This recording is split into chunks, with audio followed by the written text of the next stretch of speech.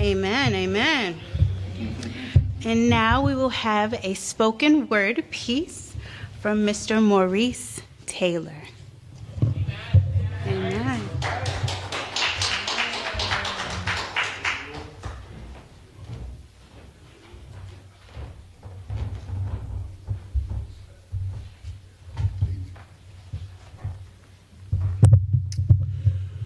How's everybody doing?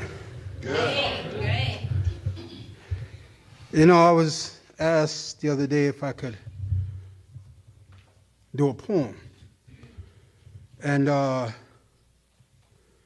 want to tell you all how humbled and honored I am.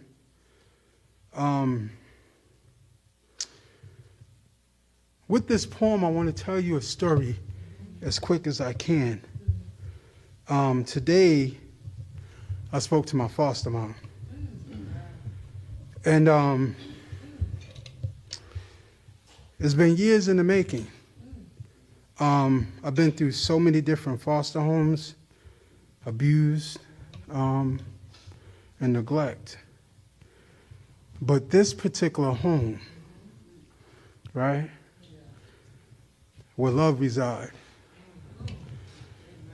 Now, when we talk about building community, right, sometimes when we come across someone who's been traumatized, right, we don't really, we see them as we see them.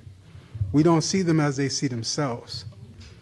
And there's a story I want you, when you walk away, I want you to walk away with, when you're talking to a child who's been traumatized, you have to understand that when they're speaking to you, they're speaking from a traumatized mind. And I say that because I ended up splitting up from that family. And it took me about 30 years to get back. And in the conversation that we had, I heard their version, they heard mine. Two totally different versions. And when we look at our community and we wonder why there's so much division, it's because we're looking at things from our point of view, not theirs, and we clash and we clash. At the end of it, something she said to me: "We never left you." I said, "I gotta go because you're gonna make me cry." And so I wrote this poem. It's called Tainted Foundations, because while we're struggling to love each other, we live in a country that doesn't really love us.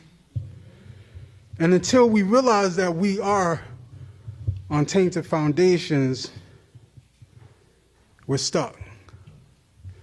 And the only way to get unstuck is to change the foundation.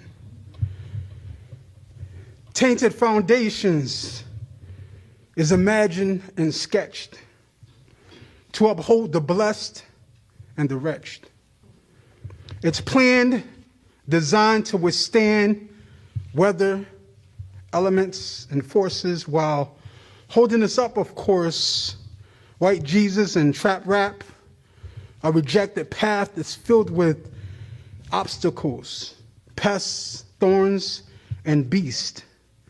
Instead of our path, it becomes a jungle and we become its feast. Whose foundation are we on that ported us to this future, our ancestors or our oppressors? Songs of sexual gratification, violence, and drugs appeal to thrill seekers, but doesn't edify our souls. The love of money is the root of all evil, not money and not obtaining it, but the love of it blinds us from love as we rationalize the possibility of riches from another man's plan of our destruction. Hell on earth. Tainted foundations will destroy our relations for generations. I have no more patience.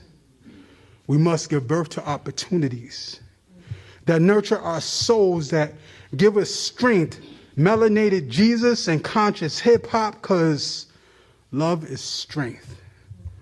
Socially, economically, beyond words, manifested from our creative limbs, encouraged by conscious songs and hymns.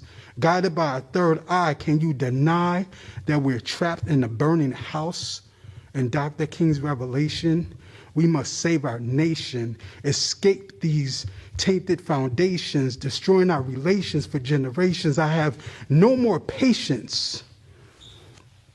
We were closer during slavery. Our song was our own, hidden in Christianity, path to freedoms and cornrows.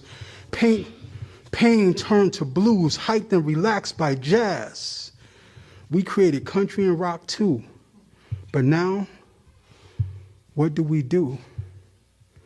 How shall we escape this burning house on tainted foundations? Thank you.